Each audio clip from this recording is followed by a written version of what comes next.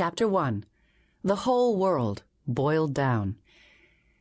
In 1923, when he was a young man living in Paris, Ernest Hemingway traveled to Spain to see bullfights. "I was trying to learn to write, commencing with the simplest things, and one of the simplest things of all, and the most fundamental, is violent death," he said.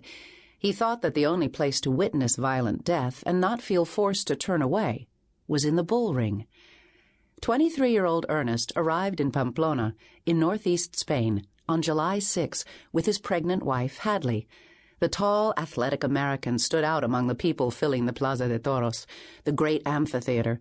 Ernest had dark hair, brown eyes, a ruddy face, and a stylish mustache. His hearty smile attracted friends the way a pan of fragrant paella draws hungry travelers. Hadley's finest feature was her thick auburn hair, which shone like copper under the Spanish sun. Around them, men called to the souvenir sellers pushing their way up the aisles, and women waved fans to cool their necks and faces. Then the band let out a loud crash, the crowd cheered, and a colorful procession entered the ring. In marched 3 matadors, the stars of the day's bullfights, wearing tight satin knee breeches and bright capes. They were followed by the banderilleros, who would weaken the bulls with gaily decorated barbed wooden sticks, and the picadors, who rode on horseback, wielding sharp lances. The matadors bowed before the president's box, and the procession was complete.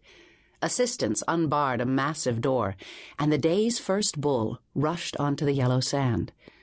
The first time Ernest saw a bullfight, he expected to hate it. He presumed it would be cruel and empty of meaning. The heavy, powerful bulls were easily angered, quick to charge, and unpredictable, and their sharp horns were lethal. Some matadors had been gored to death in the ring, and others had survived a horn through the hand, belly, or thigh. He also expected to detest the goring of horses, which happened often in the bull ring. Stunned horses had been known to trot around the ring dragging their blue entrails, unaware that they were dying. Yet instead of a dreadful spectacle, he discovered a drama of great beauty, a death struggle raised to an art. He felt no horror on seeing horses killed, and this surprised him. The goring of horses was one small part of a ritual that began with the vibrant entry of the bullfighters and ended, always, with the bull's death. "The bullfight was so far from simple, and I liked it so much," Hemingway said. He became an aficionado, or lover of bullfights, and would return to see them again and again. He was drawn to any pursuit that matched one man's strength and stamina against those of another, or against the forces of nature. He loved boxing, hunting, and deep-sea fishing. He was also drawn to death. In 1923, when he and Hadley went to Spain, Hemingway had written only short stories and newspaper reports.